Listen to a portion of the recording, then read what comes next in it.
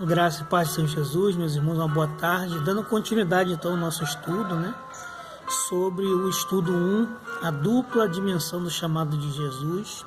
Já vimos aqui na introdução algumas coisas importantes e agora nós vamos nos focalizar especificamente a primeira parte desse chamado, a primeira dimensão desse chamado, que é o chamado à salvação.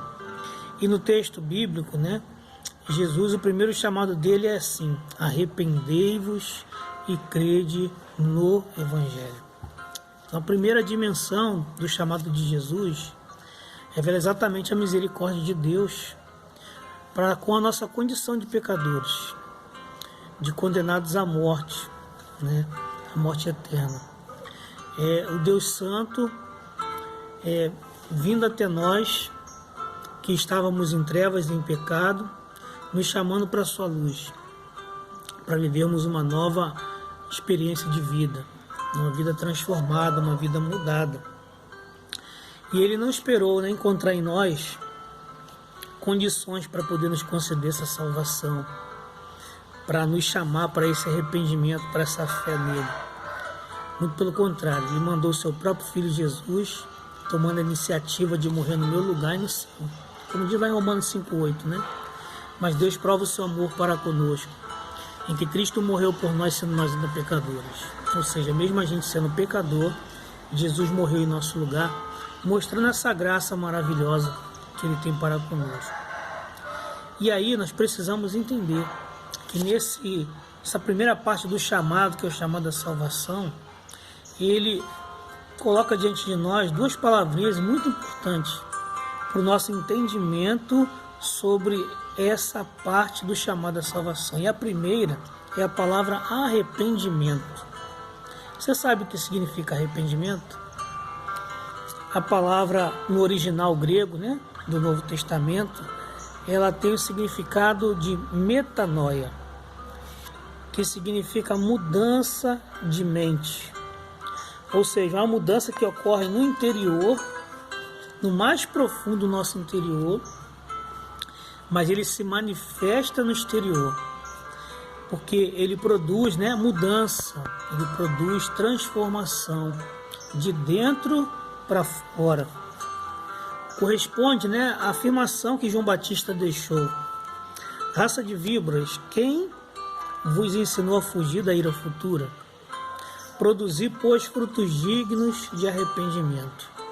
Ou seja, o arrependimento ele implica em auto-reconhecimento do pecado e seu absoluto e imediato abandono, tal como aconteceu com Zaqueu, que largou tudo para poder seguir a Jesus. O arrependimento, na verdade, na prática, a própria regeneração, o próprio novo nascimento. Então, é uma coisa que a gente precisa entender. Arrependimento não é só sentir remorso, se sentir triste. Arrependimento produz mudança, transformação. Mas além disso, outra palavra aqui nesse chamado à salvação, além do arrependimento, que a gente precisa entender, é que ele fala: crede no Evangelho. Que crer seria esse? Porque a Bíblia fala que até o diabo crê e ele estremece diante de Deus. Mas só que ele não obedece, ele não segue. Então nós vamos ver aqui que palavra significa esse crer que está aqui na Bíblia. Essa palavra aqui no grego, vem na palavrinha que se chama pistel, que significa depositar toda a nossa confiança em Deus. É entregar totalmente a vida ao seu controle e senhorio.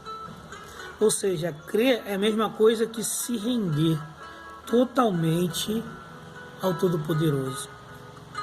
Talvez não seja possível estabelecer o que ocorre primeiro, se é o arrependimento ou se é a fé, mas o que podemos afirmar é que, com certeza, um não ocorre sem o outro. Não há como separar a fé verdadeira do arrependimento, nem o arrependimento da fé genuína. Então, queria deixar nessa primeira parte do chamado de Jesus, que é o chamado à salvação, que a gente precisa entender muito mais claramente o que significa se arrepender e o que significa crer no Evangelho.